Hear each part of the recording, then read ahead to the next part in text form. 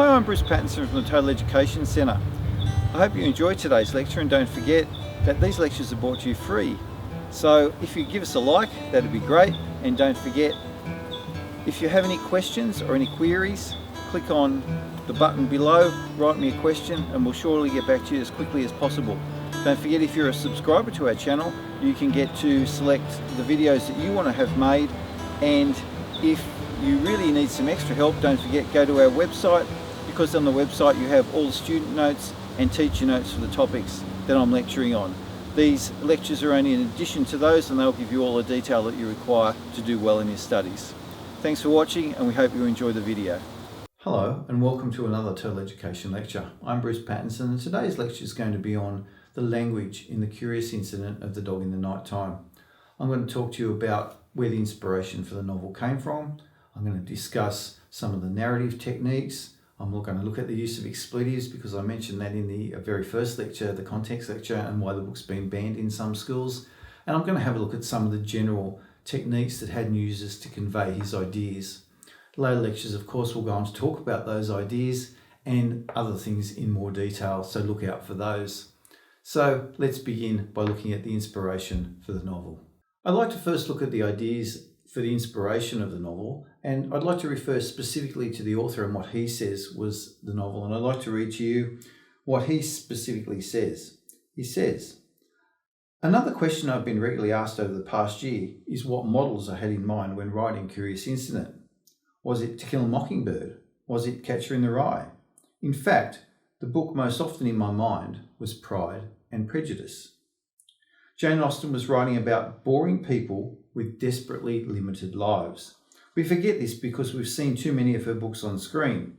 All we can think of is country houses, heritage frocks, and Colin Firth's chest in a wet shirt. But if Austen were alive today, she'd be writing about chartered accountants in Welwyn Garden City. Her heroines were bound by iron rules about what they could do, where they could go, and what they could say. Their futures depended on a single question of who they would marry. Was it going to be a baronet? Or were they going to fall for a cad in tight red trousers and be discarded in a boarding house in Bath? Yet Jane Austen writes about these humdrum lives with such empathy that they seem endlessly fascinating. And her first act of empathy is to write about them in the kind of book these women would themselves read, the romantic novel. This is what I was trying to do in Curious Incident, to take a life that seemed horribly constrained, to write about it in the kind of book that the hero would read, a murder mystery, and hopefully show that if you viewed this life with sufficient imagination, it would seem infinite." And certainly it does, doesn't it? The amazing structure of the novel, the way the chapters are in prime numbers and the whole construction of it speaks straight from Christopher and straight from Christopher's mind. And part of Haddon's brilliance is in capturing that mind and ensuring the reader never gets diverted back into a normal narrative. Everything's from Christopher and about Christopher, and that self-centered obsession is certainly made charming through the brilliant writing. Other parts of the structure of the novel, we have a mix, of course, of past and present tense, as well as action and more philosophical, reflective moments. And those four things you should look for and discuss and quote on. And I'll say those again. Past and present tense you need to look at. The action sequences, such as the train, when it comes and it nearly runs him over and the gentleman has to pull him up out of the thing when he's chasing his rat, that sort of action. And the philosophical, reflective moments when he's outside thinking about the world, looking up at the stars and those sorts of issues. Four very separate senses of narration, four very different ideas, and they're conveyed very clearly through the text.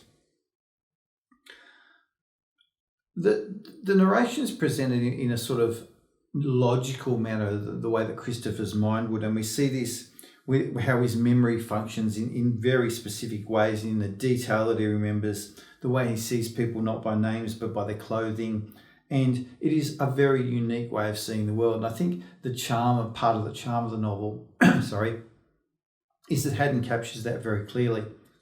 I wanted to talk about the narration, and particularly the first person narration. The Curious Incident of the Dog in the Night Time is, of course, narrated from the first person, and I'll read from my notes here. It's from the perspective of a 15-year-old boy with a developmental disorder, and we've talked about that issue. How Christopher views the world forms the structure and language of the book. And I think that's particularly important to remember, that it's his structure and his language. And so everything stems from that. It is his reality. And we can see it's not a reality that we would accept and we will consider normal, but it's his reality. And that's how he sees the world, and that's how the action is conveyed. The reader sees events from his perspective and is given insights into his thoughts and emotions. We see that in a world is very different, the way he sees it, to how we would perceive that world.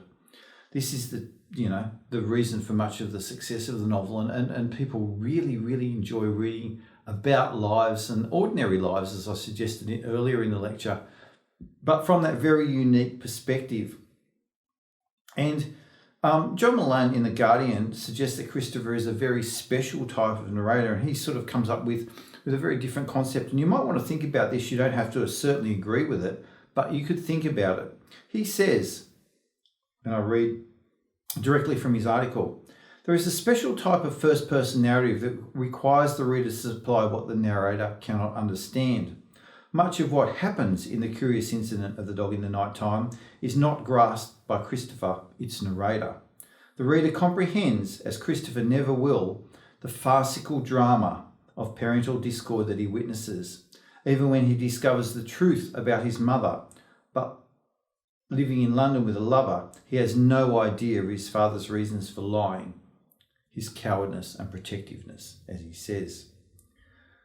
And he goes on to talk about Christopher as a narrator, and that's certainly one article that you should read, and that's in my notes. If you go to the notes section on the website, you can find that full article. There's links to it directly. You should read the whole article because it talks about Christopher as a narrator and that very different sense of narration and the different kind of narration that he uses. So there's some things for you to think about when you talk about narration.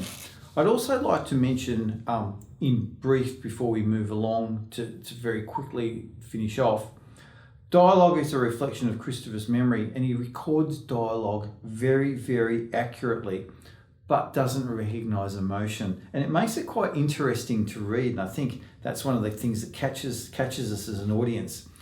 He remembers conversations in their entirety and reveals things that he doesn't quite understand. And there's that underlying sense that we know a little bit more than he does because we do understand the emotion and we like that.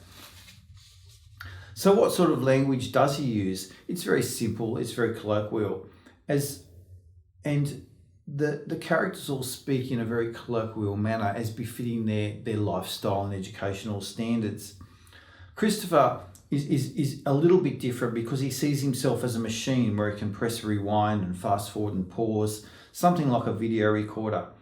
And so that language becomes very explicit, and he records that very explicitly, but he doesn't understand that concept of emotion. And I think you'll find that's very important. And that adds also a little bit of humour and pathos to the story as well. This accurate recording of language also enables us to get the full range of expletives that are used. And this is partly, as I mentioned in the first lecture on context, some of the controversy about it.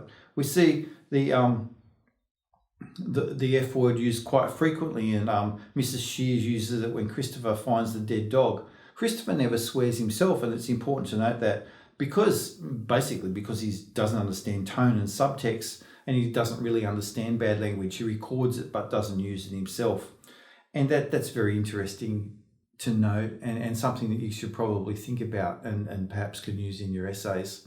So there's a few very brief ideas on the language and the context and the use of language in the novel and the way that the narration occurs. I hope that helps you in your studies. Certainly you can delve into that, and there's some longer follow-up articles and things in the notes that I've given you on the website.